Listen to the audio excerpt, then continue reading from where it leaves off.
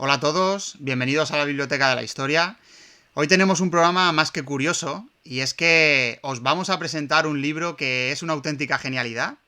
Está con nosotros Pablo Morales de los Ríos, cineasta, escritor, pintor, ilustrador, fotógrafo, guionista, creativo y diseñador gráfico en televisión y publicidad. Bueno, ahora leeré el extenso currículum de Pablo. Pablo Morales de los Ríos ha sido reconocido y premiado internacionalmente por algunas de sus obras audiovisuales. Entre ellas se encuentra el vídeo didáctico Historia de la Música, Lecciones Ilustradas, obra que se usa de manera pedagógica en escuelas de todo el mundo.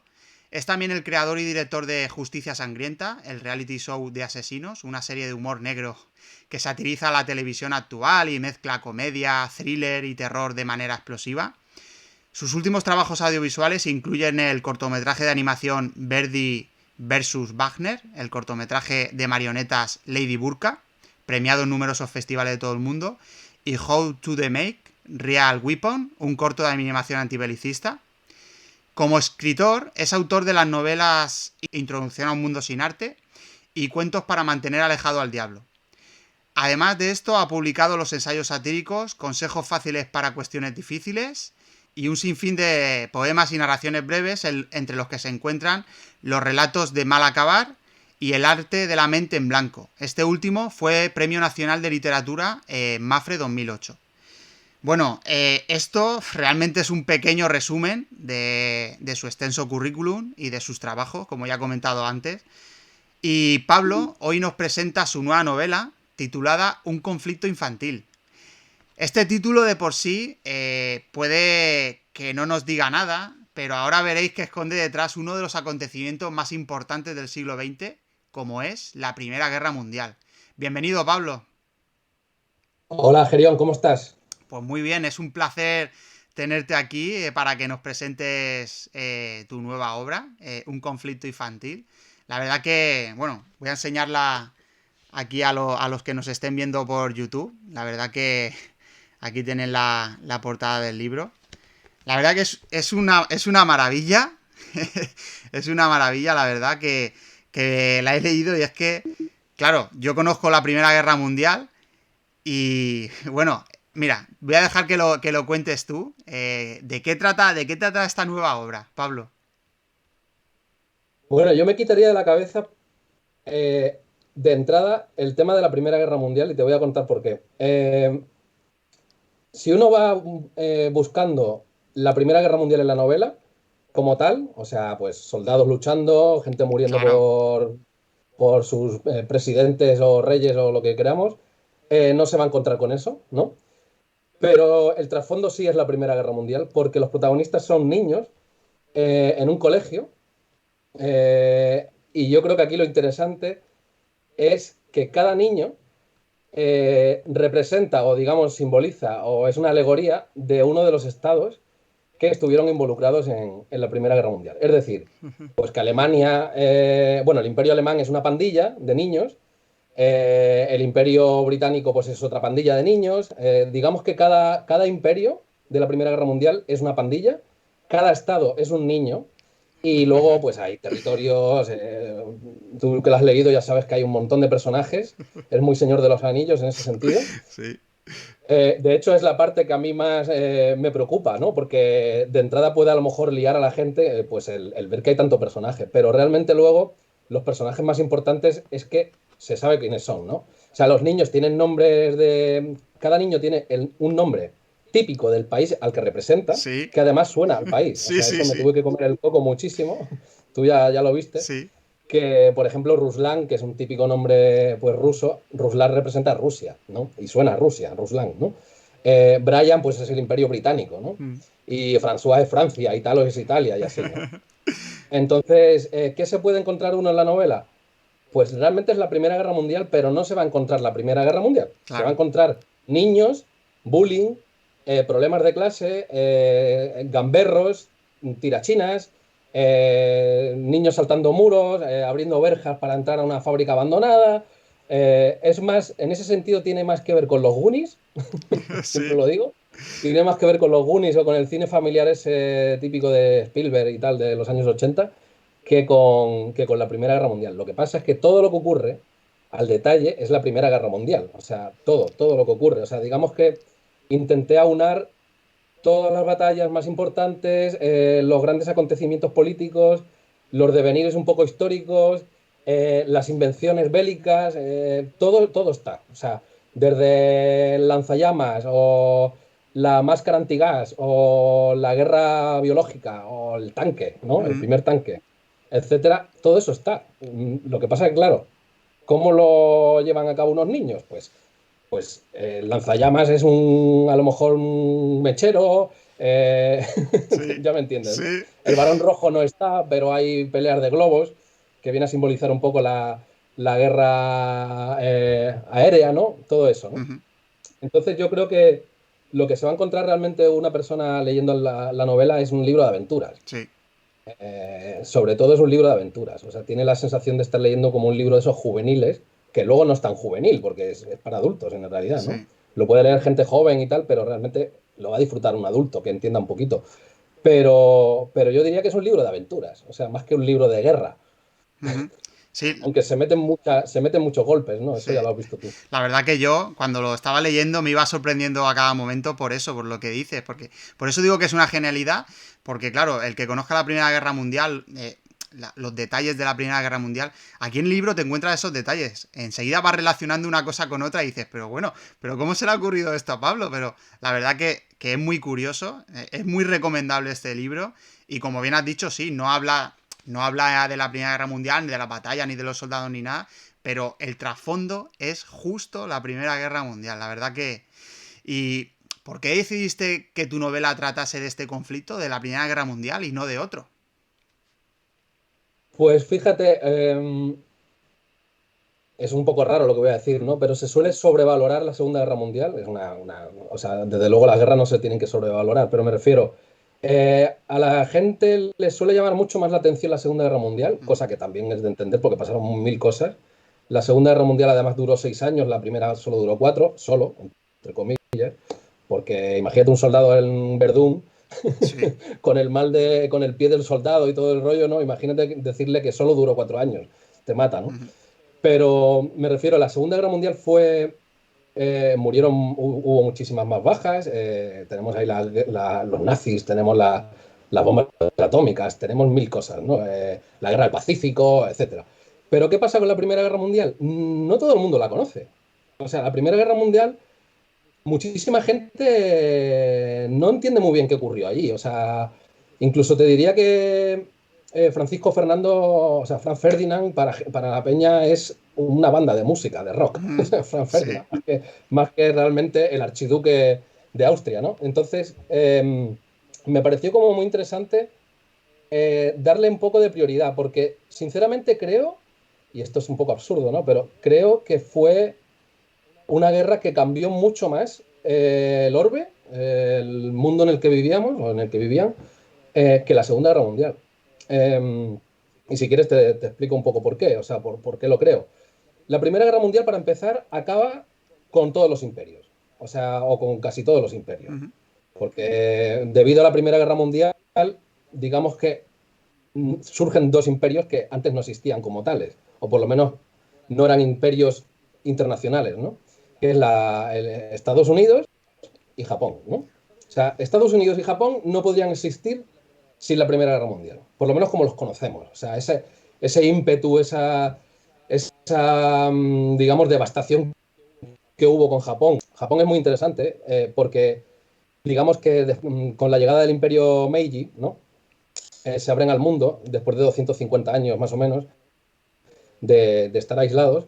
Pero a mí me llama mucho, hablo un poco de Japón porque me llama mucho la atención que era un país totalmente aislado que vivía en la Edad Media, era todo este rollo de Edo y tal, y de repente con el imperio Meiji, digamos que se abren al mundo y enseguida los japoneses, digamos que aprenden muy rápido de Occidente.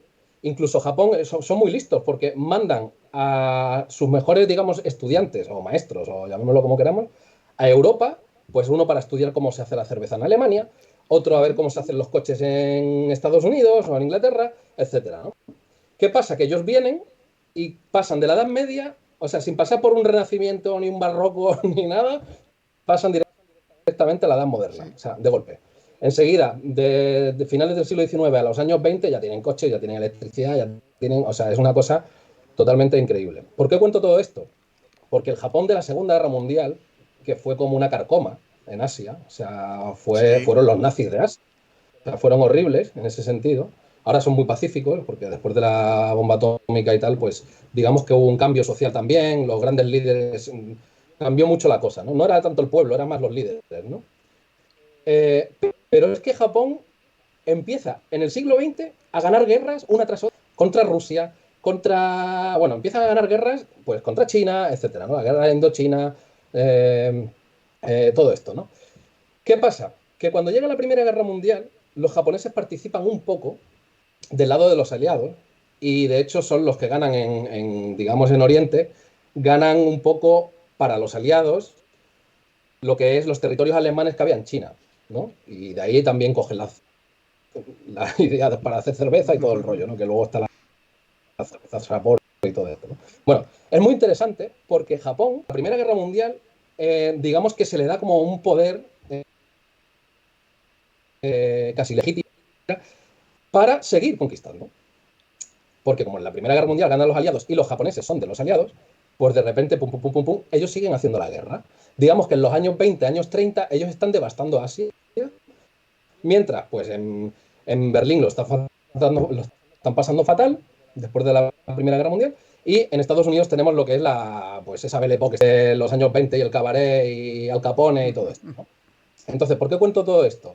La Primera Guerra Mundial es súper importante porque Estados Unidos y Japón no serían lo que conocemos que es hoy, ¿no? O sea, unas grandes naciones y me referiría, o sea, diría sobre todo Estados Unidos, no paró digamos, de ganar prestigio militar y ganar conquistas y todo esto, ¿no? Que si luego la Segunda Guerra Mundial, la Guerra Fría, Vietnam, todo esto, ¿no? La Primera Guerra Mundial, además, digamos que acaba con los estados que ya, o sea, con los imperios que ya había, que eran los imperios europeos. O sea, Sí. el imperio francés no vuelve a ser el mismo, desde luego, pero es que el imperio británico se desmorona. No significa que Gran Bretaña, el Reino Unido, no haya seguido teniendo cierto control, por supuesto que sí, pero se desmorona, o sea, se separan a raíz de la Primera Guerra Mundial, los aliados también pierden, porque digamos que el Imperio Británico se descuajaringa, deja Terranova y Canadá, Australia, Nueva Zelanda, todo eso, la India, en los años 40 ya la independencia de la India, etcétera. Entonces, digamos que poco a poco, a raíz de la Primera Guerra Mundial, el Imperio Británico también va perdiendo cosas, aunque gana en otras, ¿no? Por supuesto. Pero ¿qué pasa con los que pierden la Primera Guerra Mundial? O sea, el imperio austrohúngaro queda dividido en trocitos, o sea, totalmente literal, o sea, Checoslovaquia, Sí. que sí, o sea, todo lo que sabemos ahora, que conocemos ahora, ¿no? Sin esa Primera Guerra Mundial, el mundo sería totalmente diferente. O sea, seguramente tendríamos todavía imperios europeos, incluso, yo no sé, estaríamos pegándonos de hostias todavía entre los europeos, ¿no? En ese sentido. Porque, ¿qué pasa, por ejemplo, con Alemania? Que fue la que más perdió. Eh, eh, Alemania era un imperio que quería el trozo de pastel más grande durante la Primera Guerra Mundial y, sin embargo, era, dentro de los imperios europeos, el más pequeño, o uno de los más pequeños. El imperio austrohúngaro era enorme, Ujú. el imperio británico dominaba el mundo, el imperio francés tenía colonias por todo el norte de África, en Indochina, etcétera, Madagascar, etcétera, pero los alemanes tenían colonias fuertes en África, pero no eran los que más tenían. Y en Europa, pues, y no hablemos del imperio ruso, ¿no? El imperio ruso era enorme también, ¿no?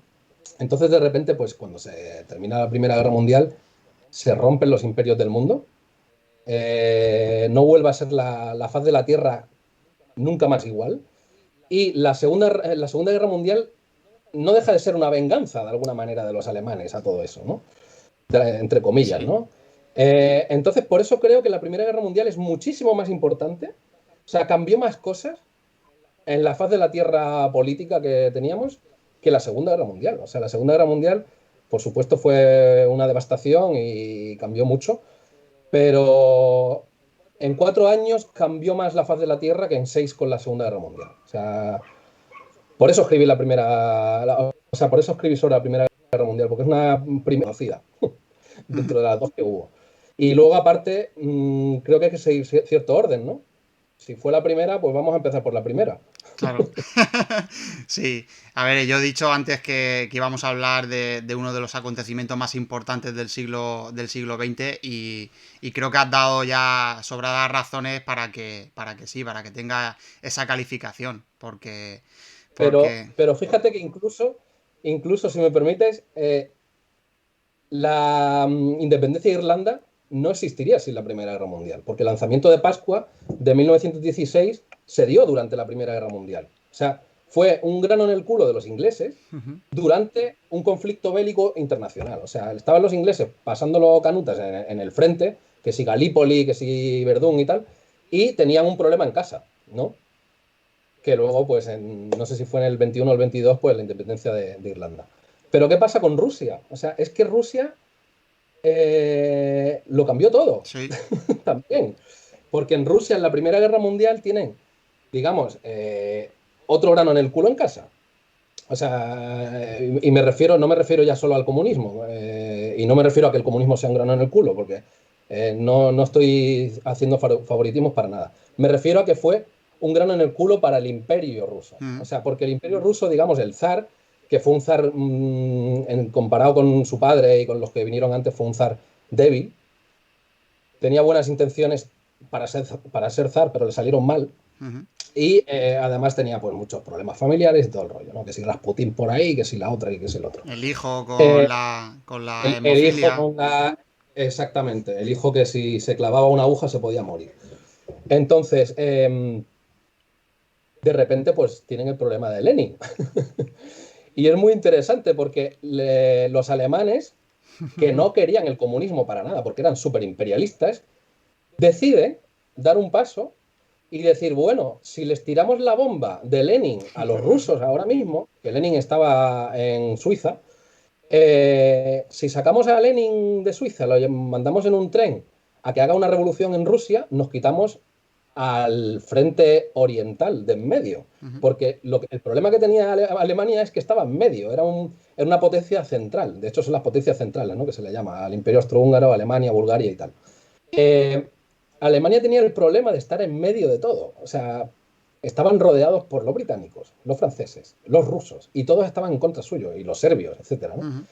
Eh, y es muy interesante porque ellos dicen, pues ¿y si les tiramos ahí al Lenin, lo sacamos, le damos cierto poder, lo mandamos en tren a Rusia y que haga la revolución en Rusia? Nos quitamos a la Rusia de en medio y solo tenemos que luchar contra, digamos, los occidentales, o sea, contra el frente occidental, ¿no? Ujú.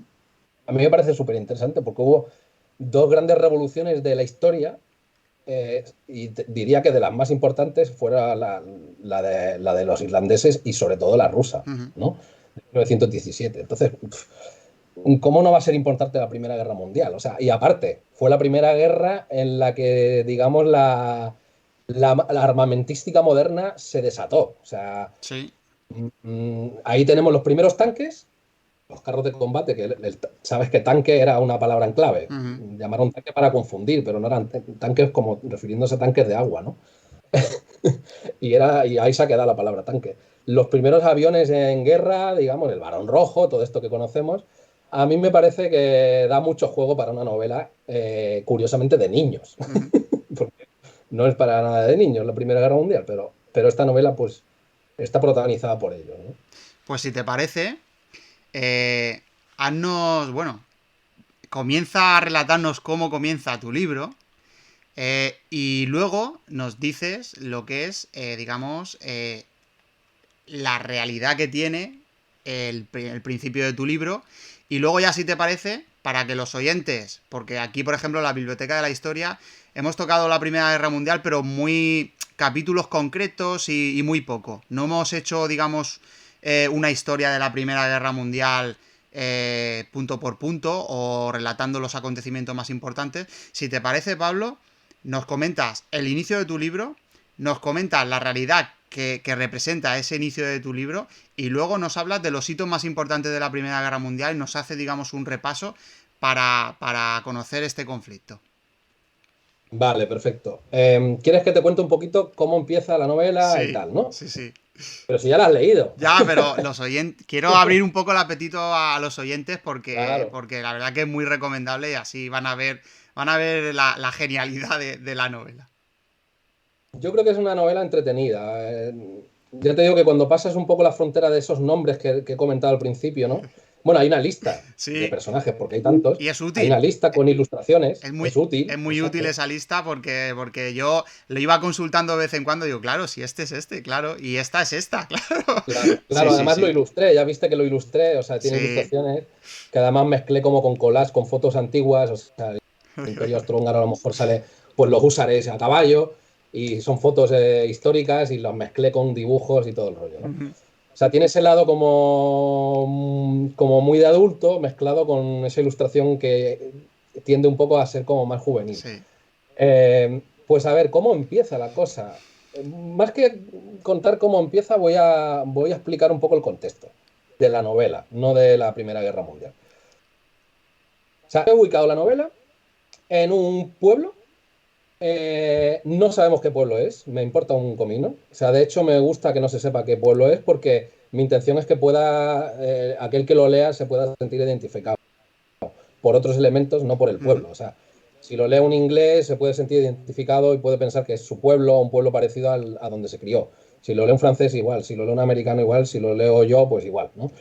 Entonces, mi intención es que no, es un poco atemporal y geográfico, ¿no? Entonces, empieza en un pueblo donde en un colegio público, porque además yo me crié en un colegio público, Ujú. o sea, en mi colegio niños, niñas de todas las razas y de todas las religiones estábamos ahí, ¿no? Entonces, eso me parece muy interesante porque no deja de ser un símil de lo que era el planeta en ese momento, un hervidero, ¿no? Entonces,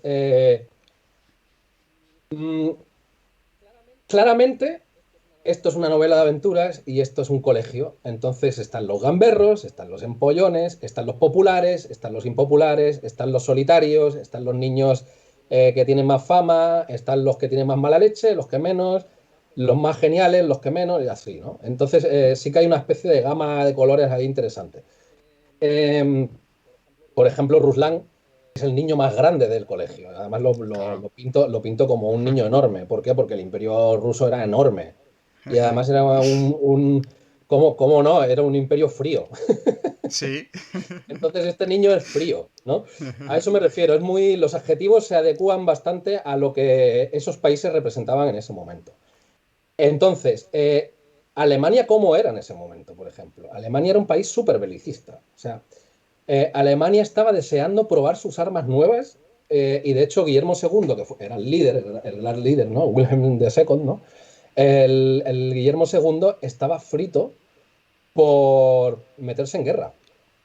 ¿Por qué? Aparte de que era bastante megalomano el tío, él consideraba que Alemania debería, o sea, tenía que resurgir de las cenizas y ponerse por encima pues incluso del Imperio Austrohúngaro, que eran amigos, entre comillas, y por encima de Francia, por supuesto, y tal, ¿no? Todo esto. ¿Por qué digo esto? Porque ¿cómo es el imperio alemán en la novela? Pues es una pandilla de gamberros con tirachinas, con mechero y ¿sabes esto de cuando cogías el spray? Yo es que lo hacía de pequeño, o sea, éramos muy gamberros. El spray y el mechero hacías así ¡puf! Y salía una llama, ¿no? Yo una vez casi le quemo una ceja a un amigo, o sea, con eso te digo. Y yo era buenecillo, ¿eh? Pero me gustaba como inventar cosas, ¿no? Entonces, lo curioso de esto es que los alemanes fueron, entre comillas, porque hay un previo antes, pero fueron los verdaderos inventores del lanzallamas, fueron los inventores de la mejor máscara antigás que hubo, Ujú. fueron los inventores de muchas cosas bélicas que se han quedado en el mundo militar, se han quedado ahí, ¿no? Fueron los inventores de todo esto. O sea, o si no le llamamos inventores, sí vamos a decir los que lo desarrollaron mejor, ¿no? O sea, hasta el punto de que, por ejemplo, las máscaras de oxígeno, las máscaras antigas, los franceses usaban como sacos y se ponían muchas veces orina, o sea, meadas, en una especie de esparadrapo en la cara, porque decían que el amoníaco que tenía el pis, para un soldado que no tenía otro recurso en medio de una trinchera, pues se ponía eso y decían que le podía ayudar contra la guerra química, que encima la guerra química también la inventaron, entre comillas, los alemanes, ¿no? Entonces es muy interesante Porque ¿cómo tengo que representar yo a esa pandilla? Pues como unos niños bélicos, unos niños gamberros. Mm. Pero todo da mil vueltas, tú lo sabes que lo has leído, o sea, todo da mil vueltas, porque los niños también, incluso los gamberros se van volviendo buenos. Si es que hay bien y mal en esto, ¿no? Que yo no quiero entrar en temas morales, además no hay bien y mal, o sea, esos son conceptos, ¿no? Pero digamos que el imperio alemán, que es la pandilla alemana, son cuatro niños, Württemberg, Sajonia, joder, no me sale ahora, Prusia, etcétera, ¿no? Esos niños, y Baviera, claro, son los cuatro, ¿no? Esos niños son digamos, las provincias que había en ese momento en el Imperio Alemán. Esos niños están liderados por Prusia, porque Prusia era la verdadera líder, ¿no? El cerebro. El espíritu, Y digamos. Prusia, El espíritu de exacto. Y Alemania. Prusia, claro, y Prusia es Dietrich, o como se diga, que es más malo que el hambre, el niño. Es súper retorcido, pero incluso él tiene sus momentos, ¿no? De tal. Pero quiero recalcar una cosa, o sea, digamos que se suele pensar que los aliados eran los buenos, los alemanes los malos y tal. Yo no voy a entrar ahí. Sí que voy a decir que el Imperio Británico era el popular, para bien y para mal era el popular, popular del colegio. Brian, el popular del colegio. Entonces, pues, está la India, que digamos que lo tiene un poco como endiosado, pero por otro lado está como harto de él, ¿no? Indira, que es una niña, que es la que representa ahí. Canadá, que es Charles, Canadá pues lo admira también, pero a la vez está como cansado de su prepotencia. El otro, así, ¿no? Entonces digamos que el Imperio Británico, que es el popular, es un poco odiado en la sombra, que es lo que pasaba realmente con el Imperio Británico. Ellos cortaban mucho el bacalao en esa época, pero el Imperio Británico también barría mucho para su casa, ¿no? Y eran un poco el previo de lo que fue luego Estados Unidos, de lo que ha sido luego Estados Unidos en ese sentido. El comportamiento que tuvo el Imperio Británico es un poco lo que luego en el siglo XX ha tenido Estados Unidos. Digamos, un imperio que a veces costeaba guerras o se metía en guerras que no le llamaban o lo que sea para tener cierta presencia, ¿no? En el orbe, ¿no? Entonces es muy interesante porque Estados Unidos aparece justo al final del conflicto, en la realidad. O sea, Estados Unidos se mete en 1917. Sí. El Woodrow Wilson, que era el presidente, no se quiso meter en la Primera Guerra Mundial porque él decía, claro, si nos metemos nos vamos a meter en un desastre, ¿no? Económico, etcétera. Hay que decir una cosa interesante, que Estados Unidos, antes de la Primera Guerra Mundial, no tenían, no tenían casi una economía potente, o sea, curiosamente, estaban todavía desarrollándose. No es ese Estados Unidos que pensamos que siempre fue, para nada. O sea, después de la guerra de secesión tenían un montón de problemas internos y seguían arrastrando, bueno, siguen arrastrando, porque vamos a hablar de racismo y tal, ¿no? Sí. Pero ¿qué pasa con Estados Unidos? Que me parece muy interesante. Estados Unidos, te voy a contar una anécdota. Ellos no tenían armamento para todos los soldados. O sea, ellos usaban un fusil para cada dos personas y a veces usaban fusiles de madera. Te estoy hablando de cuando entrenaban. No tenían para todos los soldados. O sea, cuando entraron en la Primera Guerra Mundial y llegaron a Francia, compraron armamento a los franceses y a los británicos y todo el rollo para tener su propio armamento, porque casi no tenían armamento. O sea, es curioso que fueron los que, entre comillas, ganaron la guerra. Sí. Fueron los que le dieron la última patada, igual que en la Segunda Guerra Mundial. Los que dieron la última patada. Entonces, es interesante porque en la Segunda Guerra Mundial pasa también lo mismo. En la Segunda Guerra Mundial no empiezan desde el principio. Digamos que Europa está ya de capa caída y sufriendo mucho, y es cuando entra el Estados Unidos por En medio, la ¿no? prórroga, Vale, digamos, ¿no? exacto. Digamos que a raíz de Pearl Harbor y porque se lo toman como algo personal, lógico, Sí. pero no querían meterse tampoco en la Segunda Guerra Mundial por medio. Ellos consideraban que mejor esperar, ¿no? Y si, Lo cual y me parece si me, bastante, si me me parece bastante permites, sensato. si me permites, para más Inri, en la Primera Guerra Mundial, vienen a Europa y encima traen la que luego se llamó gripe española. Porque Que las teorías más aceptadas son que la trajeron los soldados estadounidenses. Al desembarcar en Francia, llevaban muchos soldados, ya estaban contagiados de la que se llamó como malamente, digamos, gripe española y que fue una pandemia mucho más dura que la que estamos viviendo ahora y que se calcula que murieron muchísimo más. alrededor de 50 millones de personas en todo el mundo. Que se dice pronto. Exactamente. y en solo unos 2 o 3 años. Mm. Telita, ¿eh? Es fuerte. ¿Y por qué vamos a apuntar ya lo de la gripe española, que es muy interesante? Yo lo digo en la novela también, porque hablo de eso. Porque la gripe española es además el enemigo público número uno de la Primera Guerra Mundial. Más que Alemania, más que Sí, lo que sea. O sea, ¿por qué? Porque hizo estragos en todos los lados. O sea, hizo estragos en los dos, en los aliados, en las potencias centrales, que son los enemigos. Hizo estragos en todos sitios. ¿Qué pasó? Efectivamente, o sea, se supone que vino de Kansas y era sí, una gripe, pues no sé si venía también de las aves, ¿no? Eh, y la traen ellos. ¿Por qué se le llama gripe española? Vamos a apuntarlo ya que estamos, sí, porque es vamos muy a interesante. decirlo. Y vamos a hablar también de España en la Primera Guerra Mundial, que no estuvo, pero es interesante, también lo menciono eso, ¿no? Bueno, España en la Primera Guerra Mundial, en la novela, se llama Esperanza. Es una niña. Esperanza porque suena a España y además Esperanza porque es un nombre muy español, ¿no? Y Mm. porque además me parece muy simbólico, ¿no? Esa niña casi no tiene protagonismo en la novela. Es como un recurso narrativo casi, diría, ¿no? Pero me parece interesante porque ¿qué pasó con España? O sea, España venía de ser el imperio más grande del mundo. Sí, Y de repente, ¡pum!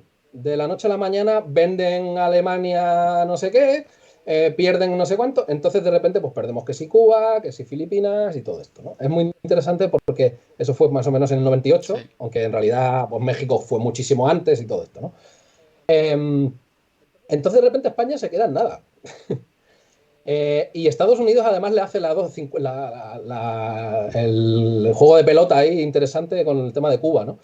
Entonces, ¿por qué hablar de España si la Primera Guerra Mundial no estuvo? Porque era un ejemplo para muchos imperios España en ese momento y efectivamente no entró en la Primera Guerra Mundial porque estábamos muertos de hambre. O sea, estábamos muertos de hambre. En España teníamos hambruna, pobreza, o sea, entramos, digamos, en un momento de decadencia tan grande que ningún país nos quiso a su lado. O sea, esto es súper interesante. Ningún país de los que beligeró nos quiso a su lado. O sea, ya no es solo que no teníamos capacidad para permitirlo, sino que encima ellos no nos tomaban en serio. O sea, Alemania no nos querían a su lado, ¿para qué? Etcétera. O sea, digamos que España, lo único bueno que tenía en ese momento era su punto estratégico, que siempre ha sido Mm. yo diría que el país estratégicamente mejor colocado de toda Europa. Porque es el eslabón de África, Asia, Europa y Estados Unidos, o sea, y América. Sí. Porque encima por aquí por Canarias, por aquí por Canarias, pues salió todo el tema Colón y eso, ¿no? Entonces me parece, y mira Gibraltar ahí, ¿no? Es muy interesante lo de España. ¿Pero por qué sale en la novela? Simplemente es un recurso. Hablo de ella como una niña que fue muy popular y ha perdido en popularidad. Pero es que además, ¿qué pasa en España también? O sea, en España está entre la Primera y la Segunda Guerra Mundial, es el concepto de la Segunda Guerra Mundial. Es la gran guerra que hubo entre los dos grandes conflictos Ujú. bélicos del mundo. Entonces, ¿y por qué hablo de esto? No sale en la novela, pero se habla de esa niña que va perdiendo, va ganando como en bipolaridad, va teniendo depresión y todo el rollo, porque llega un momento en la Guerra Mundial que España se vuelve bipolar. O sea, directamente ya sabemos que tenemos un conflicto súper duro y nos dividimos, hermanos y padres y hijos y todo el rollo se dividen. Eh, y se convierte nuestro país en un terreno para que las grandes potencias que habían ganado la Primera Guerra Mundial o que habían perdido la Primera Guerra Mundial, digamos, puedan reusar o inventar el armamento que habían usado en la Primera Guerra Mundial. O sea, era como un desafío. O sea, digamos que en la Segunda Guerra Mundial los nazis, la Luftwaffe, ya sabemos lo que pasó en Guernica, todo Ujú. esto, ¿no? O sea, los nazis, por ejemplo, pues se alían con Franco, etcétera, etcétera, y utilizan de terreno de juego para probar armas nuevas y todo este rollo. Pero es que los rusos hacen lo mismo por el lado de la izquierda. Entonces Ujú. es muy interesante. O sea, yo diría que el conflicto de la Guerra Civil Española es como una especie de paréntesis importantísimo que hay entre las dos guerras Mm. mundiales. Un campo de experimentación, diríamos, ¿no? Exacto, exacto. Totalmente un laboratorio de pruebas. O sea, totalmente, ¿no? Pero sigo con la Primera Guerra Mundial y los niños, ¿no? Sigo por ahí. Y lo que hablábamos de la gripe española. ¿Qué pasó ahí? Entonces, de repente, como España no estaba en la Primera Guerra Mundial porque no teníamos recursos, y además el rey ni quería meterse ni nada, aunque todos los intelectuales querían. Es súper curioso que, por ejemplo, José Ortega Gasset, etcétera, querían entrar en la Primera Guerra Mundial. Para ellos pensaban que era como un momento histórico súper importante y que participar era una cosa decisiva, o sea, que nos iba a dar una economía más fuerte si ganaban los aliados, etcétera, ¿no? Es curioso. Pero bueno, ¿qué pasa? Como España no está dentro del conflicto, es uno de los pocos países que se permiten hablar del conflicto sin tomar parte de ninguno de los dos bandos, por ninguno de los dos bandos. Entonces, digamos que los españoles son los primeros, la prensa española es la primera en hablar de que hay una enfermedad jodiendo el mundo. Claro.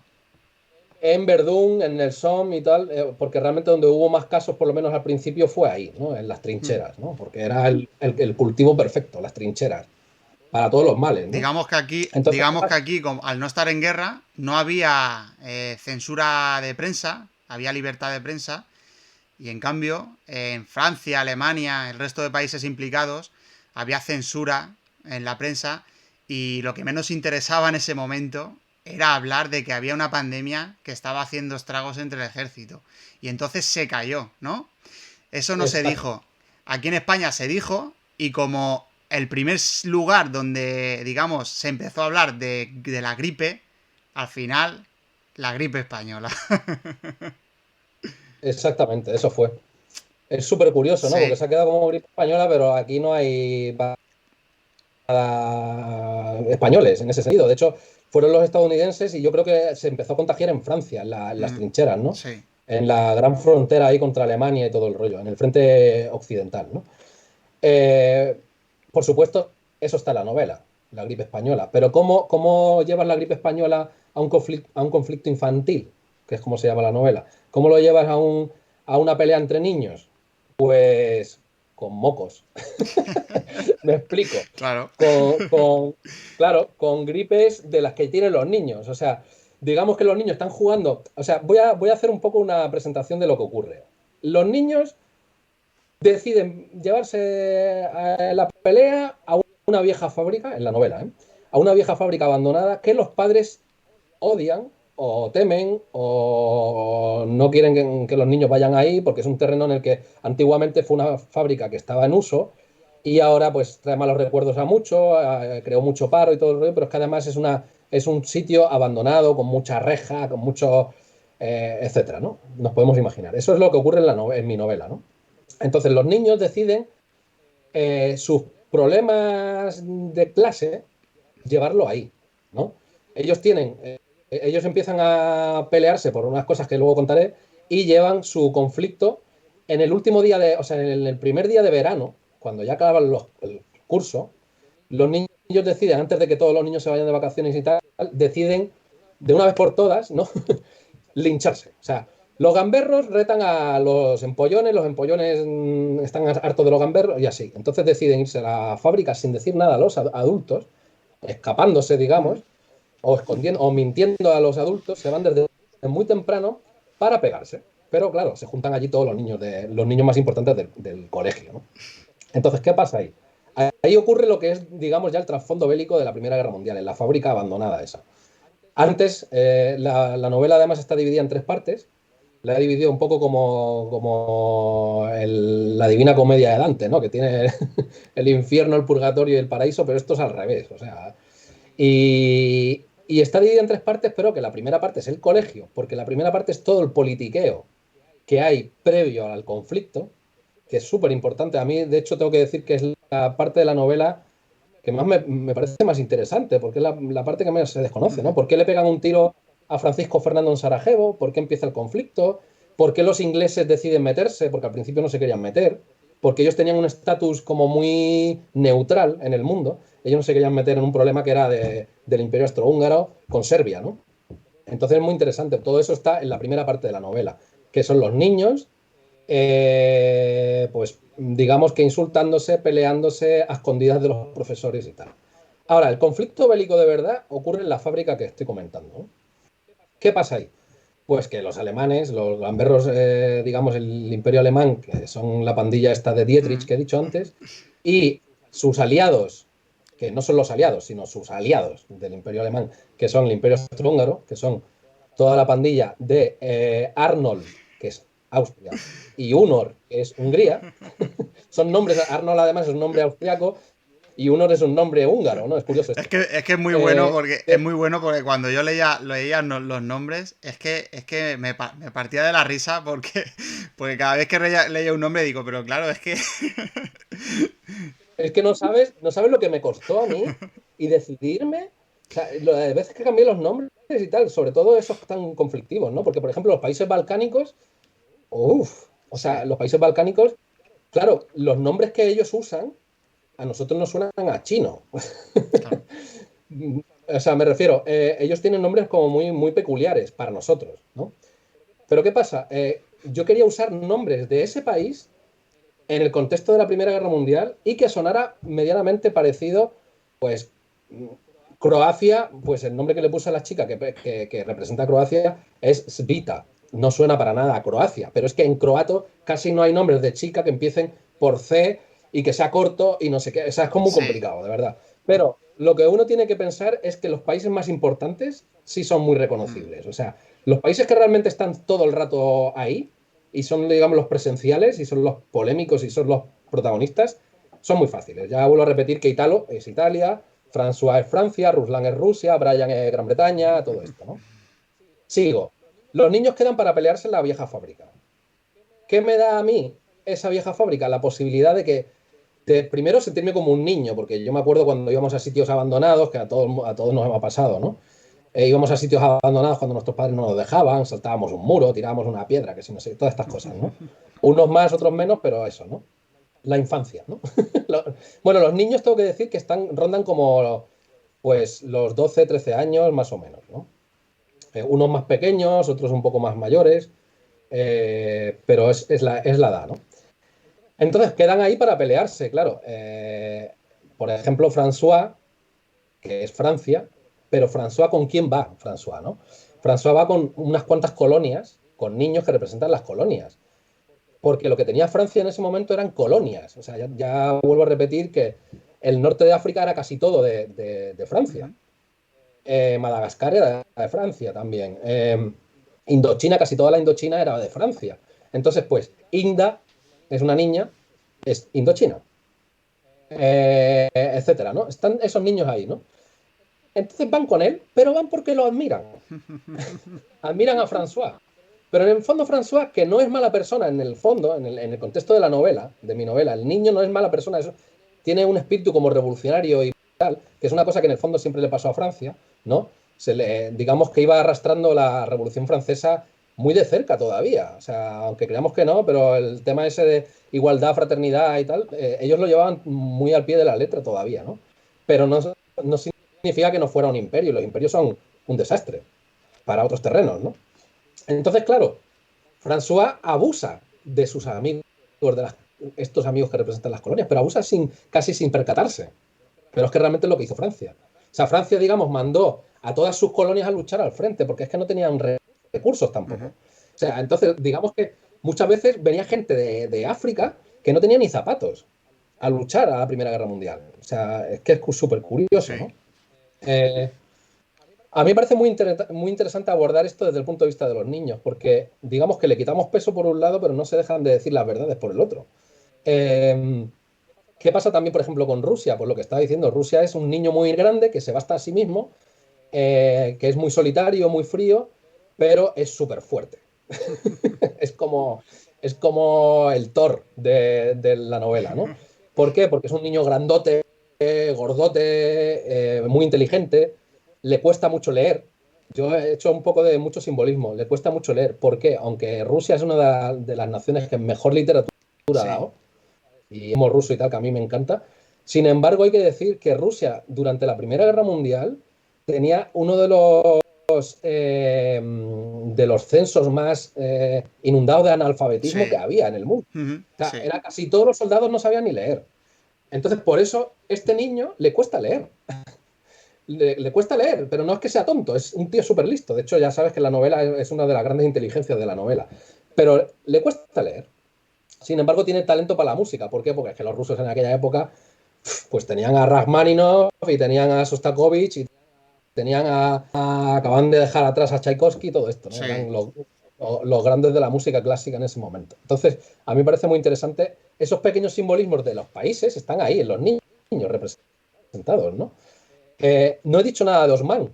Osman es el Imperio Otomano. Sí. El Imperio Otomano es otro imperio que además es el imperio más viejo que había en ese momento, que todavía seguía en pie, porque eran muchísimos siglos ya, o sea, venían de la Edad Media. Y de hecho, el primer emperador sultán que tuvieron era Osman, se llamaba Osman I, ¿no? Yo le puse el nombre de Osman porque, aparte de que suena otomano, Osman, la O, ¿no?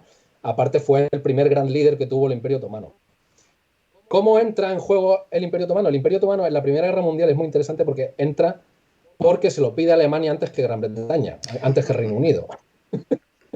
O sea, no porque quisieran.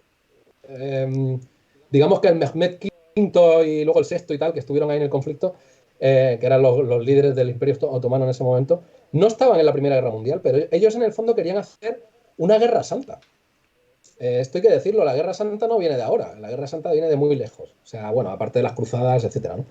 Ellos querían aprovechar el contexto histórico y la guerra europea, porque esto se llamaba, hay que apuntar una cosa muy interesante también. Esto, hasta que no entra Japón y Estados Unidos, es la guerra de Europa. O sea, en el mundo se conoce como la guerra europea. Bueno, en Francia se conoce como la Gran Guerra, todo esto. Pero es que los americanos, por ejemplo, los estadounidenses, le llamaban la guerra europea. En el momento que se internacionaliza es cuando se le empieza a llamar Gran Guerra o Guerra Mundial. Es con la Segunda Guerra Mundial cuando ya se empieza a llamar a la Primera Guerra Mundial primera, ¿no? Porque ya hay otro número detrás. Pero sigamos con el Imperio Otomano, que me parece como muy interesante. El Imperio Otomano no se quiere meter por medio. Además, ellos tampoco tenían tantos recursos. Tenían recursos, pero estaban un poco pobres. Pero el Imperio Otomano era muy importante por, punto uno, su geografía. O sea, digamos que para pasar a Asia, o para que de Asia pasáramos a Europa, había que pasar por el Imperio Otomano. El Imperio Otomano, digamos que cortaba en vertical casi, ¿no? Desde el sur de Rusia, ya bajando, pues todo lo que era Antigua Persia, etcétera, etcétera, Arabia Saudí y todo esto, ¿no? Egipto, todo eso, pum, era, digamos, el Imperio Otomano. Entonces, era un, era un imperio muy grande. O sea, es que era tal vez el imperio más grande que había reunido en un solo punto. Porque si nos ponemos a pensar en el Imperio Británico, pues el Imperio Británico lo que tenía es que estaba totalmente repartido por el orbe. Pero el Imperio Otomano estaba todo reunido en un solo punto. Eran toda esa masa, ¿no? ¿Por qué se meten? Pues porque llega Alemania, que está fatal. Están ya con la guerra en el Atlántico, etcétera, etcétera, ¿no? La guerra en el Atlántico, pues es digamos, la otra guerra que hay dentro de la Primera Guerra Mundial, que es la guerra, lo típico de los submarinos, hundiendo barcos y tal, y es por ese motivo que se metieron, de hecho, los americanos luego por medio, los estadounidenses, que luego lo apunto. El Imperio Otomano se mete porque, como están los aliados por un lado y las potencias centrales por el otro, pasándolo fatal, y ninguno sabe quién va a ganar. O sea, no se sabe si va a ganar el Imperio Austrohúngaro, Alemania y Bulgaria, que Bulgaria también estaba con ellos, o Francia, Reino Unido, etcétera. No se sabía quién iba a ganar, era un momento decisivo. Hay un momento que dicen, coño, vamos a negociar con el Imperio Otomano para llevárnoslo a nuestro terreno, les prometemos el oro y el moro y nos lo traemos para casa. ¿Qué pasa? Que pasan dos cosas curiosas. Uno, los alemanes llegan antes. Los británicos intentan llegar al Imperio Otomano para convencerles, pero los alemanes llegan antes. O sea, es que fue una carrera de obstáculos y una carrera de fondo, o sea, llegan antes.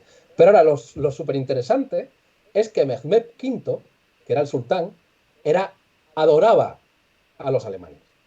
Él había estudiado con los alemanes, tenía un pequeño ejército alemán a su disposición, él había estudiado en Alemania, entonces digamos que les tenía como tenía muy buena idea de los alemanes, entonces pues se decantó además por ellos, ¿no? ¿Por qué cuento todo esto? Es que me parece como, es que cuanto más lo pienso, más me doy cuenta de que la Primera Guerra Mundial es que es un conflicto que lo cambió todo. O sea, diría que el conflicto que lo cambió todo para siempre, más de que ha habido nunca. O sea, más. Tal vez incluso más que la pérdida de Constantinopla y todo este rollo en La caída de 1452. Constantinopla. Sí, sí, yo diría que hasta más. O sea, fíjate lo que te quiero decir. Por lo menos a una escala más grande y más rápida, ¿no? ¿Por qué? Porque cuando el Imperio Otomano cae con la Primera Guerra Mundial, porque ellos pierden, como pierde Alemania, pierden ellos, porque digamos que, vamos a aclarar para la gente que no lo sepa, Alemania, Austria y Hungría, Bulgaria y los otomanos, el Imperio Otomano, estaban juntos. Y del otro lado estaban Francia, el Imperio Británico, estaba pues Rusia, había muchos más, digamos, aliados en ese lado, y rodeando a esta gente, ¿no? A los alemanes, etcétera. Luego también estaba Italia, que Italia es curioso, son muchas cosas, ¿no? No sé si la gente se va a perder con todo esto. Para eso tienen que leer la novela que lo deja más claro que yo, Sí. porque yo a lo mejor estoy dando mucha información. Pero Italia es también muy curioso, porque Italia está del lado de los alemanes, al principio. ¿Pero qué pasa? Sí, sí, ellos están con los alemanes al principio, pero no entran en la guerra. Ellos se mantienen al margen porque además tampoco Italia está en un momento así como un poco políticamente en un hilo también, igual que Grecia y tal, y prefieren no meterse. Pero, ¿por qué se meten del lado de los aliados si estaban con los alemanes? Pues es muy curioso, porque estaban cabreados. Los italianos estaban cabreados con los austriacos, porque los austriacos y los alemanes habían robado, entre comillas, en guerras anteriores, habían robado territorios a los italianos. Y aunque se supone que eran amigos, los italianos querían recuperar esos territorios. Y por eso, en 1917, deciden decantar, bueno, en 1915 creo recordar que se metieron, bueno, deciden decantarse por los aliados, es decir, los que se supone que tenían que ser sus enemigos, acaban siendo sus amigos. Y gracias a los italianos, o sea, son los italianos los que vencen en la batalla de Veneto, bueno, digamos en lo que es los Alpes suizos y italianos, son los que vencen al Imperio Austrohúngaro por fin. O sea, son los que vencen definitivamente. Entonces el Imperio Austrohúngaro se cae. ¿Qué pasa con los otomanos? También pierden. Como pierden todos los demás, ellos pierden. Entonces, y esto es una de las cosas más importantes que han pasado a raíz de esto. Incluso diría que más que todo el tema del comunismo en Rusia y tal. Todos los problemas que estamos teniendo en el mundo a raíz de lo que es Siria, a raíz de lo que es el Líbano, Sí. a raíz de Irak, Irán, todo esto viene de ahí. ¿Por qué? Los franceses y los ingleses, digamos que cuando el Imperio Otomano se cae, llegan y como han ganado, se reparten el pastel. ¿Qué hacen con el Imperio Otomano? Lo dividen. Cogen una especie de regla y dividen así más geográficamente y más por territorios que por razones políticas o por religión. ¿Cuál es el problema de esto? El problema de esto, que lo tenemos todavía arrastrando y sigue siendo un problemón, es que como ellos pasan la regla así por el mapa, casi literalmente, ellos cortan sin pensar en la oposición que el Imperio Otomano tenía dentro de por sí.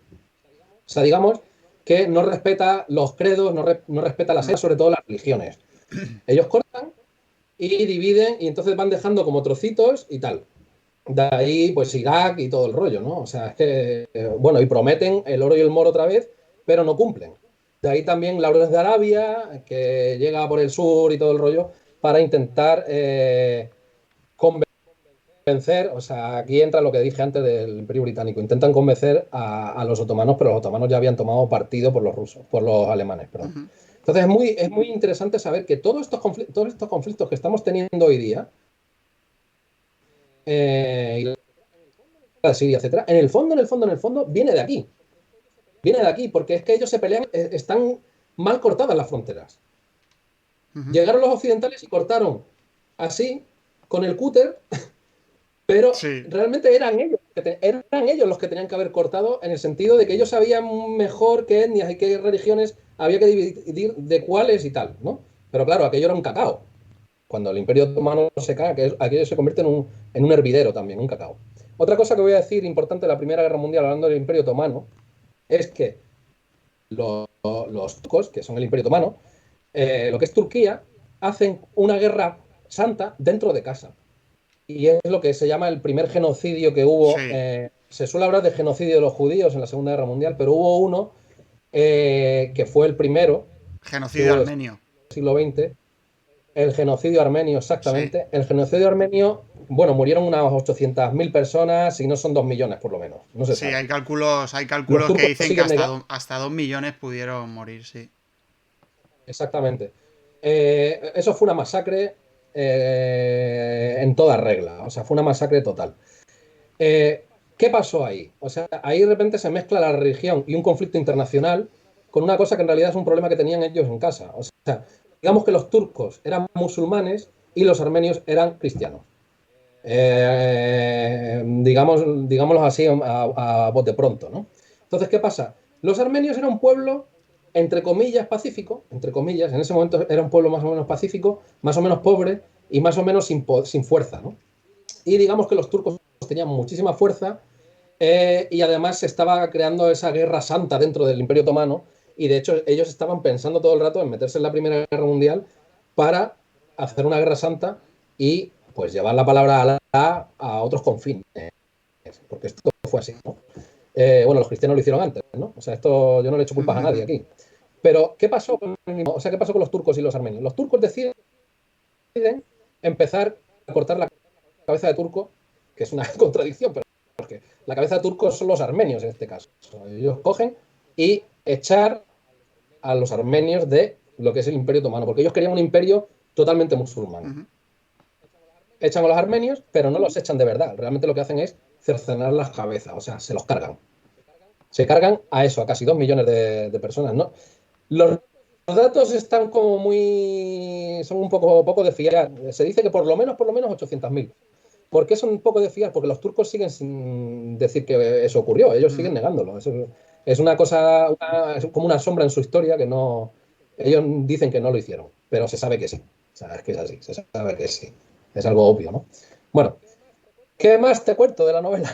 Para no Bueno, liar a la gente. una, ¿Qué un, más te cuento? La novela es... un apunte porque encima en el Imperio Otomano otra cosa que ocurrió después fue la guerra greco-turca, donde también ahí hubo unas especies de masacres, tanto Exacto. de griegos a manos de los turcos como de turcos a manos de los griegos. Hubo una especie de intercambios de territorios, se movieron a poblaciones enteras, o sea, griegos que habían vivido durante siglos en las costas de la actual Turquía, fueron sacados de ahí en barco, llevados a las islas griegas y, digamos, alojados en una especie de campos, no de concentración, pero campos de refugiados durante un tiempo y murieron muchísimos griegos y la verdad que fue también una auténtica tragedia la guerra greco-turca que viene a raíz Exacto. de la Primera Guerra Mundial también. Exacto, exacto. Y además es muy interesante que dice que los griegos habían estado en el sur de Turquía durante siglos. Yo no diría durante siglos, diría durante Durante milenios, milenios. porque es que, de hecho, claro, Turquía, geográficamente también es el sur de Turquía. Exactamente. O sea, de hecho, pues no sé si Tales de Mileto y grandes filósofos y tal eran de ahí, Ujú. ¿no? Entonces, eh, no sé, es muy interesante.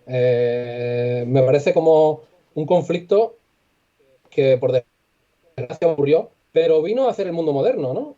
Vamos a hablar un poco también de la parte técnica, o sea, la aviación, por ejemplo. O sea, es que la aviación, los hermanos Wright y todo este tema, ¡pum! En nada de años, en 10 años, tenemos al Barón Rojo, o sea, prácticamente. O sea, pasamos de unos tíos, dos hermanos que tiran una avioneta así, se suben y lo graban, ¿no? Pasamos de eso a tener al Barón Rojo, que es el aviador bélico más grande que ha habido, o que dicen que más bajas causó, creo que fueron 80, una cosa así, él solito, ¿no?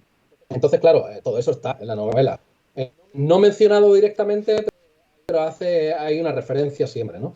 El tanque, o sea, el tanque, el Mark I, ¿no? El Mark I que fue el primer tanque, sin contar, por supuesto, a Leonardo da Vinci y todo eso mejor lo dejamos para otra cosa, ¿no? Pero digamos, el primer tanque oficial usado en una guerra y tal es el Mark I de los británicos, y que en verdad es mentira. O sea, a ver si me explico. El primero en diseñar un tanque fue un austriaco y luego los franceses también lo desarrollaron y tal, tal, tal. Pero digamos que el primer tanque que se pone en la batalla y empieza a tirar cañonazos es el Mark I de los británicos, y eso está en la novela.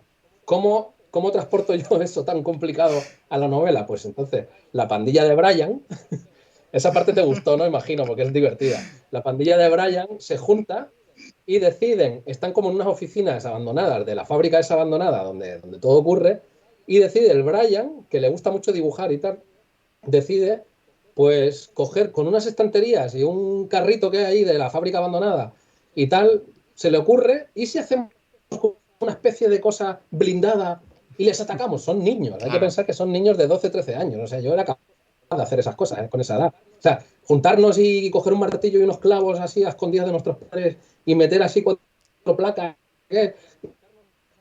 y lanzarnos así, aunque fuera una cacharra, ¿no? Porque eso fue es lo que ocurre en la novela, que luego van tirando de un carrito, metidos 2 o 3 niños dentro, tirando piedras, pero que es una mierda de cacharro, porque se estaba tambaleando, se caen las planchas de metal, se les cae, son tablas así de madera puestas y tal, y al final les acaban dando de piedras, ¿no? Les acaban de piedras y tal. Pero es que eso fue lo que pasó realmente, ¿eh? Eran una mierda. O sea, eran trampas mortales. Mm. O sea, la gente, digamos, mmm, tenía miedo de ser tanquista en esa época. O sea, tenían miedo de subirse a un tanque. ¿Por qué? Porque era realmente como imaginaos meteros en una especie de calefactor, ¿no?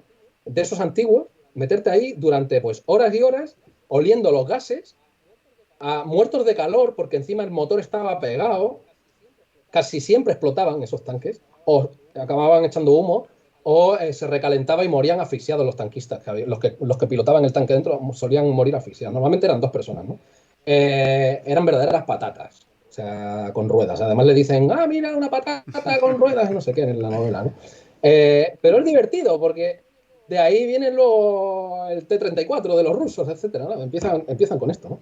Entonces, no sé, ¿cómo transporto la guerra, digamos, aérea aquí? Pues son bolas de agua, globos de agua que les lanzan desde la azotea, etcétera. Todo está, Sí. todo está. O sea, y a mí una de las partes que me parece que logré algo ahí interesante y que me costó comerme mucho el coco es lo más famoso de la Primera Guerra Mundial. O sea, la guerra de las trincheras.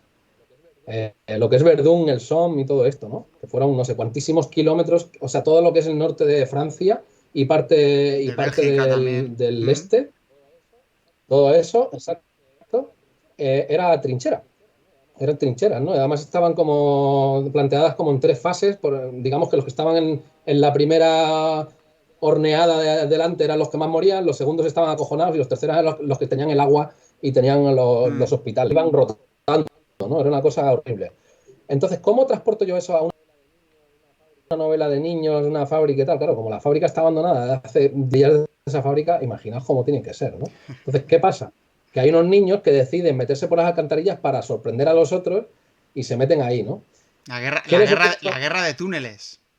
Exacto, la guerra de túneles, está la gripe española ahí, porque es cuando se resfrían por pisar el agua, tienen frío, les empieza pues, a entrar medio pulmonía ahí, todos los males que hubo en la guerra de las trincheras está ahí, llevado digamos, al terreno de los niños. Obviamente ahí los niños no mueren, pero se hacen sangre. O sea, de hecho, por ejemplo, la batalla de Tannenberg, que ganaron los alemanes contra los rusos, pues es el niño que representa a Prusia, le mete un puñetazo a su primo, que ahora cuento por qué es su primo, le mete un puñetazo a su primo, que es Ruslan, que es Rusia, y le hace saltar un diente.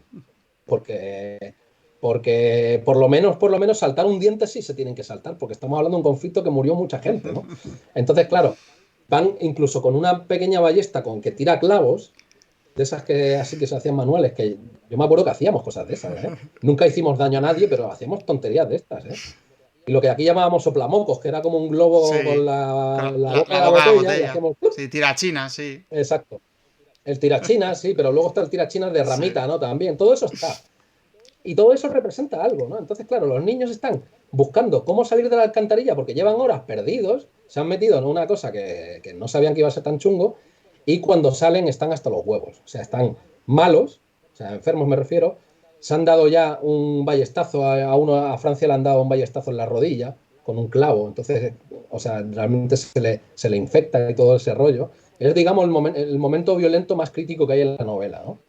Todo esto les hace recapacitar y hay un momento que incluso esos niños que están en las alcantarillas, que creo que son 2 o 3 solo, eh, pues se hacen medio amigos. Y eso pasó ya sabemos lo de las Navidades de Sí. 1914, ¿no? O La 15. tregua de la Navidad. Eh, Exactamente, o sea, es muy interesante porque se hacen amigos porque los soldados en el fondo no tienen nada en contra unos de otros. Esto hay que aclararlo muy bien, ¿no? Son los políticos, los grandes generales, los líderes, los que deciden que tienen que ir a luchar, ¿no? Sí. Entonces, claro, Hay una frase que resume muy bien esto, que dice que las guerras son, digamos, jóvenes que no se conocen de nada y se matan exacto, y que no tienen nada entre ellos, ¿no? Por culpa de viejos que no se conocen y se odian, ¿no? Así. exactamente, esa es súper buena, ¿no? Sí. Es súper buena. Luego está también, hay uno de los títulos de uno de los capítulos de la novela que se llama El sudor ahorra sangre, ¿no? El sudor ahorra sangre fue una de esas frases míticas que surgieron ahí a raíz de la Primera Guerra Mundial y que luego llegó a decir incluso Rommel en la Segunda Guerra Mundial, ¿no? El sudor ahorra sangre, ¿no? Es como decir, sufrid ahora mucho para que luego no muramos, ¿no? O luego ganemos pronto, ¿no? Y no sangremos más, ¿no? Mm. Todo eso es muy interesante. Bueno, y el famoso cartel este de francés, ¿no? De los levantamientos y tal, Petén, todo esto, Sí. ¿no?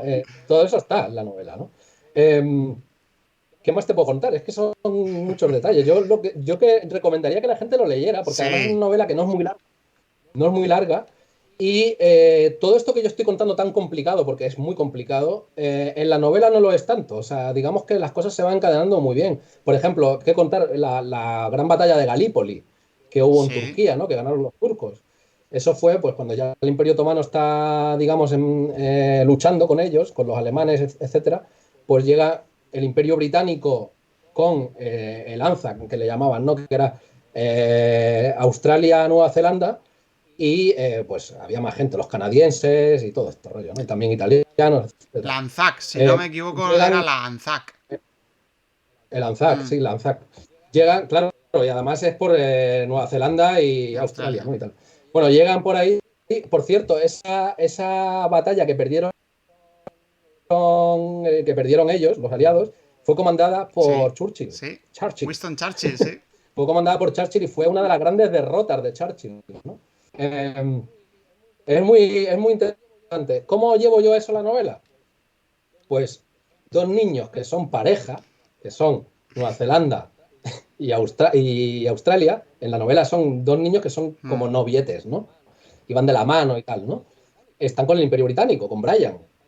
Entonces están yendo en bicicleta y todo el rollo y de repente llega un niño que es súper cabrón también en la novela, porque realmente el Imperio Otomano fue bastante cabrón. Es Osman, y va con una niña que es su hermanastra, que ese niño la odia, o sea, Osman odia a su hermanastra, que es Anahit. ¿Por qué? Pues por lo que hemos contado antes. O sea, Osman es el Imperio, Anahit, que es su hermanastra, porque vienen de la misma, digamos, tienen algo de sangre juntos, ¿no? Es Armenia. Entonces, Mm. ese niño odia a su hermanastra, porque son hijos de diferente madre. Esto me parece interesante. ¿Por qué es diferente madre? Porque son diferentes religiones. La Mm. madre es la religión en este caso, ¿no?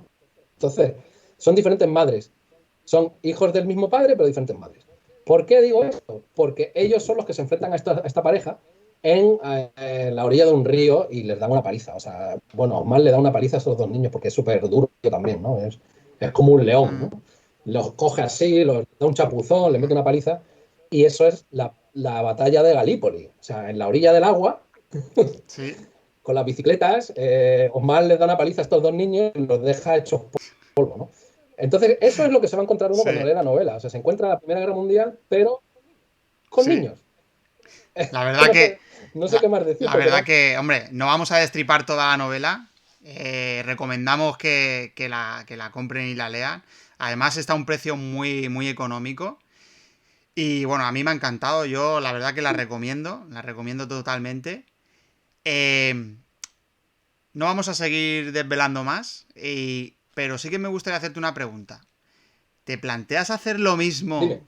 Lo mismo. Bueno, la misma genialidad. Porque la verdad, mira, bueno, que lo esté viendo por YouTube, aquí tiene el libro. La verdad que es súper.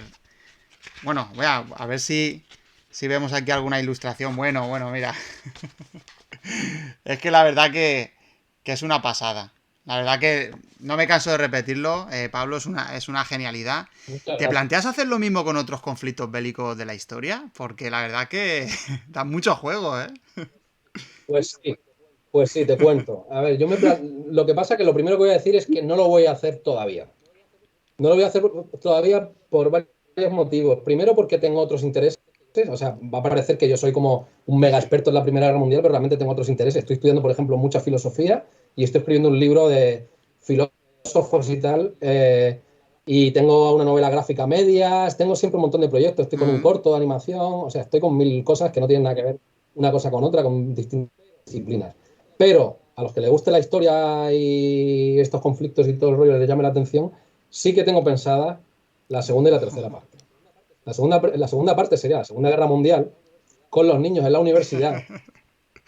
claro, claro. Ahí lo dejo.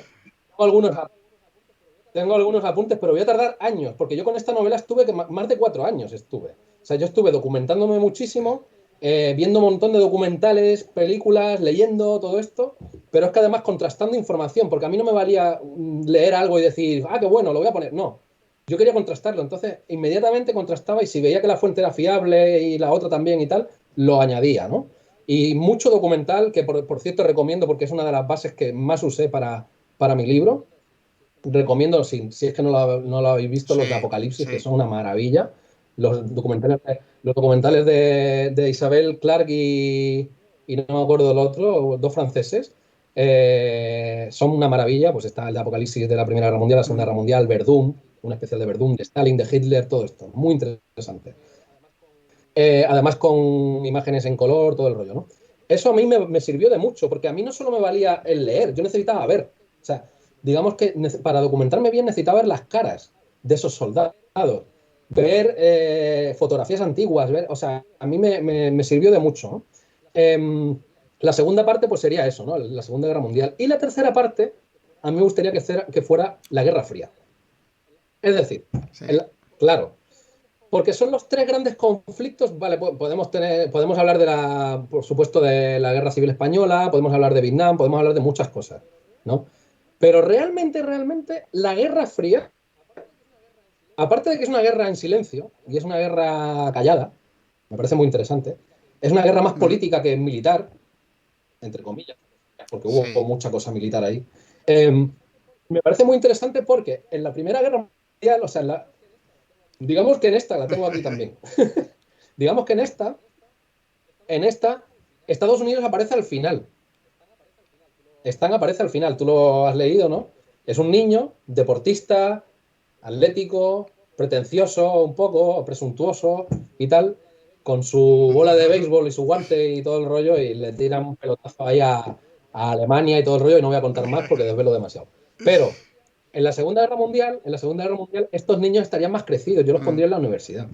Pero es que en la tercera novela, que sería la Guerra Fría, ¿qué pasa en la Guerra Fría? Pues está el comunismo y el capitalismo, está Estados Unidos contra Rusia. ya, digamos, ya Entonces, eh, ¿qué pasa? Esos niños estarían ya son trabajando, mayores. ¿no? Digamos, los pobres y los Exacto, ya ricos, son, el ya son, trabajador y el empresario, ¿no? Digamos. exactamente, exactamente. Yo no quiero contar demasiado porque yo creo que es Sí. bueno que me lo guarde, porque además esto puede ser que no lo escriba nunca. Porque de verdad que yo estuve 4 años y pico A escribiendo ver, solo esta. O sea, no, es un no, dolor. no me extraña, Pablo, Digo, porque aquí así lado muy fino vamos, es que es normal que hayas tardado tanto porque esto tiene un trabajo detrás porque para relacionar todo de esa manera con cada personaje y con cada, digamos, hito histórico de la Primera Guerra Mundial, es muy costoso, ¿eh? Mm, sí, sí, hubo momentos que yo decía, ¿y cómo voy a unir esto? ¿Cómo voy a representar esto? Con niños, ¿no? Me volví un poco loco, ¿no? Pero por otro lado, luego cuando lo consigues, dices, cuando se te ocurre una idea y dices, joder, qué bueno, esto funciona perfectamente, ¿no? Te da como un poco de subidón y sigues, ¿no? Pero te digo de verdad que estuve a punto de abandonar la novela muchas veces, a la mitad y todo, o sea, pero yo decía, pero ¿cómo voy a abandonarlo si ya llevo la mitad? Si ya he escrito sobre esto, si sobre otro. Y además yo el final lo tenía muy claro. El final siempre lo tuve muy claro, porque ya sabemos lo que pasa en la Primera Guerra Mundial cuando termina, ¿no? O sea, uno de los países más mal parados es Alemania, obviamente, el que más. En parte porque se lo merecía, sinceramente, pues hizo muchos estragos, pero también en parte fue, o sea, lo que es el Tratado de Versalles fue una especie Sí. de tomadura de pelo muy gorda, ¿no? Porque además es curioso, el Tratado de Versalles, que también sale en la novela, no voy a decir cómo, no voy a decir cómo, tú sí que lo has leído y sabes que está bastante bien eso, ¿no? Ahí sí le fui con lo del Tratado de Versalles, yo creo. Pero ¿qué pasa con el Tratado de Versalles? El Tratado de Versalles es eh, una especie de capote de torero rojo hacia Alemania, como diciendo, ven, Mm, atácame otra vez. O sea, porque fue, digamos que los alemanes perdieron, a ver, todos los países hicieron estragos, todos los países se portaron mal, todos los países la cagaron, todos los países explotaron a sus colonias, todos. No hubo buenos ni malos.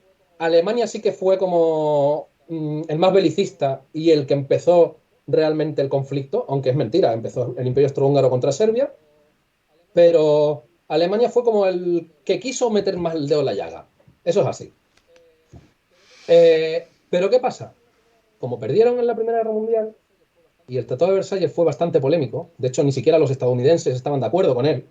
O sea, Woodrow Wilson, que fue el presidente, dijo, creo que dijo él, dentro de 20 años, o él o uno de sus allegados, ¿no? Llegó a decir, dentro de 20 años, como este tratado es tan injusto, dentro de 20 años vamos a tener otra guerra ya, mundial. acertó, acertó. Clavó, porque pasaron años, Sí. 20 años, ¿y qué pasó? Que Alemania, que se había Sí. militarizado en parte a escondidas y en parte a favor de esto y lo otro, cogió y que es una cosa que hay en Polonia, un territorio que hay en Polonia, que es nuestro, Mm, y es nuestra apertura al mar, ¿no? Digamos. Y lo tomaron, y por eso bombardearon Polonia. Porque Hitler, que había estado en la Primera Guerra Mundial, es que es muy interesante decir esto, Hitler había estado en la Primera Guerra Mundial de soldado medio raso y tal, pero en realidad era como mensajero y todo el rollo. Se llegó a quedar ciego durante bastante tiempo por la guerra química o una explosión o no sé qué. mm. Y Hitler fue una de esas personas que es muy interesante, que cuando perdió el Imperio Austrohúngaro y Alemania, él juró venganza. O sea, en ese momento él juró que algún día iba a vengarse. Y él era un mierda. O sea, él no era nadie. O sea, él era un soldado raso, Un medio cabo, ciego y era un mensajero, no cabo, había. le llamaban el cabo bohemio.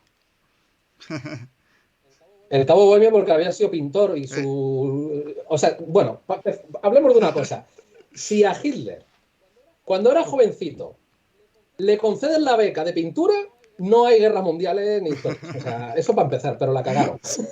Entonces, ¿qué pasa? Que crearon un dictador. Eso es otro tema, ¿no? En la Primera Guerra Mundial, Hitler, cuando pierde Alemania, él jura vengarse y tal, pero él no es nadie, ¿no? Él, le habían dado la Cruz de Hierro y todo, ¿no? Pero no tenía ningún poder. Pero él, digamos que fue fraguando lo que ya sabemos que es el nazismo, poco a poco, eso es otra historia para hablar otro día. Se fue fraguando el nazismo, digamos, igual que había partidos comunistas radicales, etcétera, en esa Alemania, porque digamos que todos los partidos políticos iban escondiéndose porque los países que habían ganado la Primera Guerra Mundial no permitían a Alemania que tuviera ningún uso de la voz.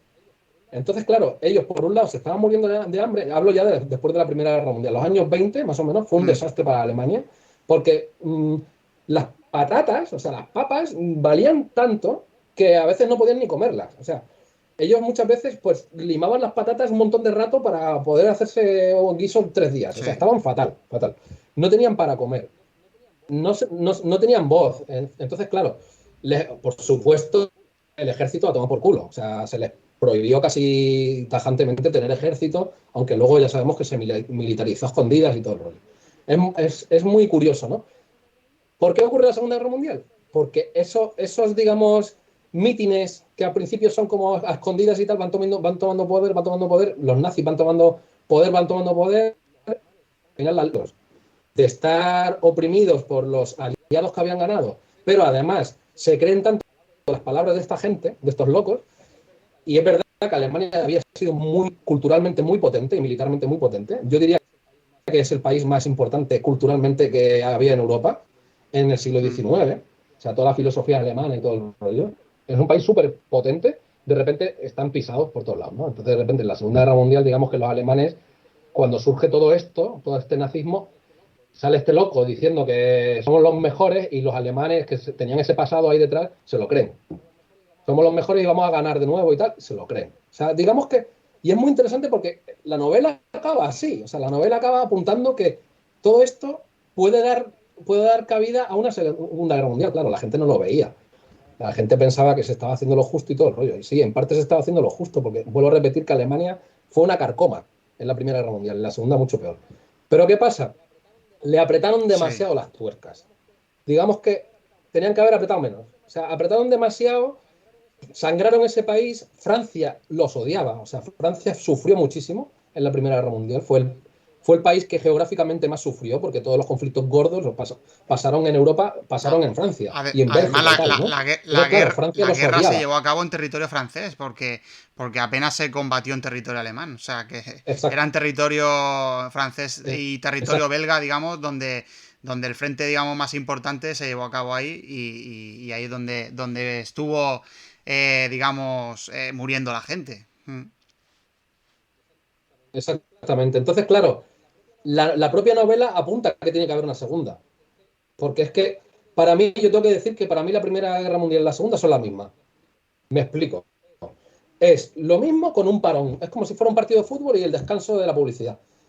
Llevado un poco a lo simbólico. ¿Por qué? Porque realmente todo lo que ocurre en la Segunda Guerra Mundial viene derivado de Mm. la Primera. Incluso los japoneses, que ahora en la Segunda Guerra Mundial están del lado de los alemanes, cuando en la Primera Guerra Mundial los japoneses estaban en contra de los alemanes, se alían con los alemanes porque los japoneses tienen un poder en Asia tan grande ya, digamos que han conquistado la gran parte de China, Mauritania, pues todo lo que es el Pacífico, bueno, hicieron ahí fueron una Mm. carcoma también, ¿no? Entonces, claro, como los japoneses no paraban de ganar guerras y tenían, les pasó como a los nazis en la Segunda Guerra Mundial. O sea, los nazis pensaron que ellos venían de esa mitología germánica y esa cultura ultra buena, potente y tal, y se lo creyeron. Y los japoneses les pasó lo mismo con los samuráis. O sea, digamos que en la Segunda Guerra Mundial hay una especie de revalorización del samurái, del espíritu del bushido, del código samurái, y ellos se lo creen. O sea, y por eso en la Segunda Guerra Mundial los japoneses son tan difíciles de vencer, y por eso solo les pueden vencer con una bomba atómica. Y es que Sí. es verdad, es que no rendían ni con una bomba atómica, tuvieron que echar dos, porque no se rendían.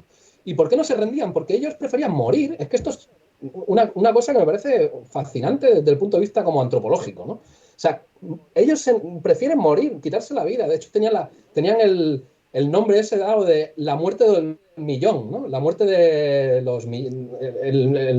ellos decían que o morimos todos o ganamos todos. O sea, si nos van a vencer, no nos vamos a rendir, nos Mm. matamos en masa. Ellos lo que es Un poco como la los derrota Kiowas para ahí. ellos era deshonroso, a más no poder. Y bueno, y Totalmente.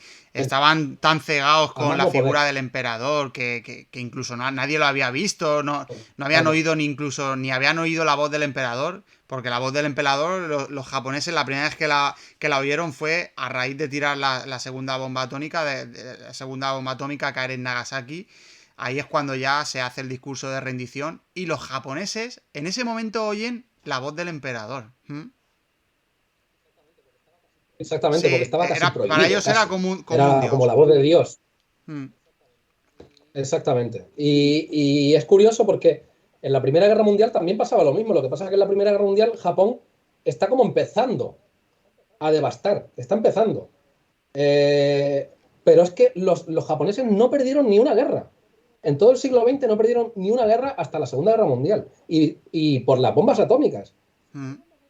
Si no hay bombas atómicas, realmente los japoneses seguramente se hubieran seguido, ¿cómo se dice? Expandiendo.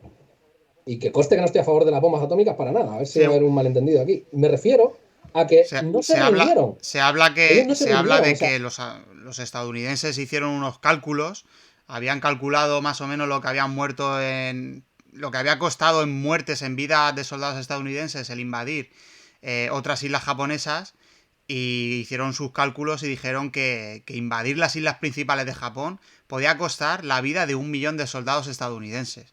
Y entonces, eso es lo que se dice, porque hay muchas Exacto. teorías, pero esa, digamos, es la más aceptada, que al final se decidió tirar la bomba atómica para, digamos, dar un golpe encima de la mesa y decir, esto tiene que acabar ya porque no tiene que morir más gente. Que claro, tiran la bomba la atómica y murieron de golpe y porrazo en Hiroshima, creo que 72.000 personas de golpe y porrazo, y luego al final acabaron muriendo 140.000 personas, y en Nagasaki pues, 3 cuartos de lo mismo. Entonces, pero claro, así acabó, así Exactamente. acabó.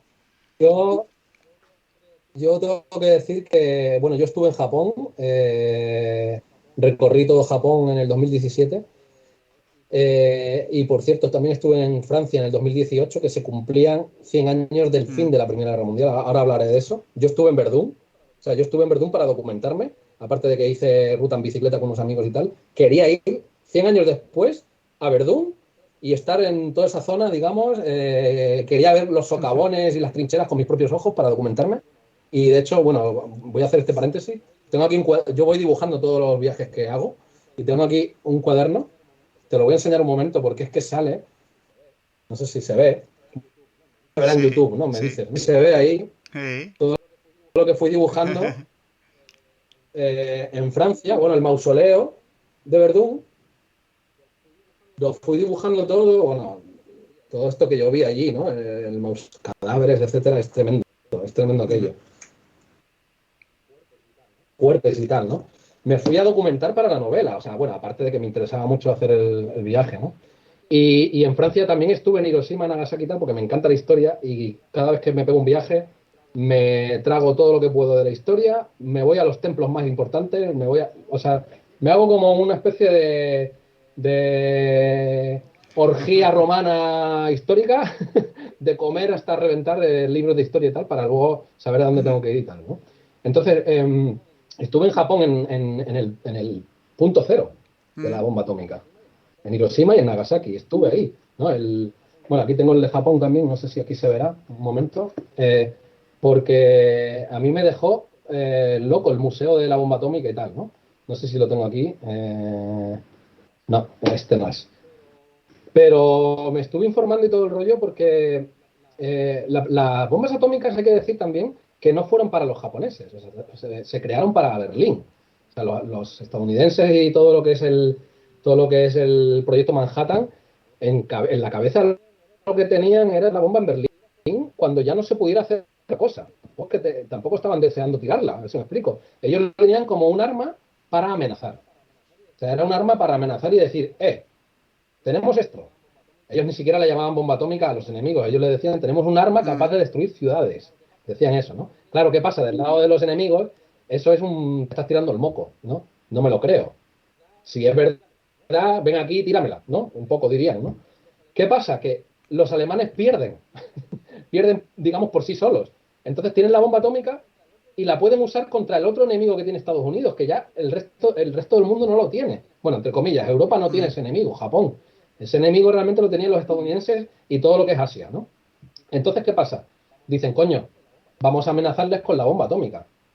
Eh, tenemos un arma, no dicen bomba atómica en ningún momento, tenemos un arma, si no os rendís, la tiramos.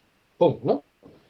Y el emperador dice que, bueno, el emperador, tampoco diría que fue el emperador, yo creo que era un pelele, fíjate, yo creo que fueron más los generales, ¿no? Dijeron que no se lo creían. Entonces creo que fueron 3 veces que amenazaron, ¿no? 3 o 4 veces amenazaron que la vamos a tirar, que la vamos a tirar, que la vamos a tirar, esto en varios días y tal, hasta que al final dijeron, pues la tiramos. Y pum, cayó la de Hiroshima. Eso fue el 6 de agosto, ¿no? De Sí, 1945.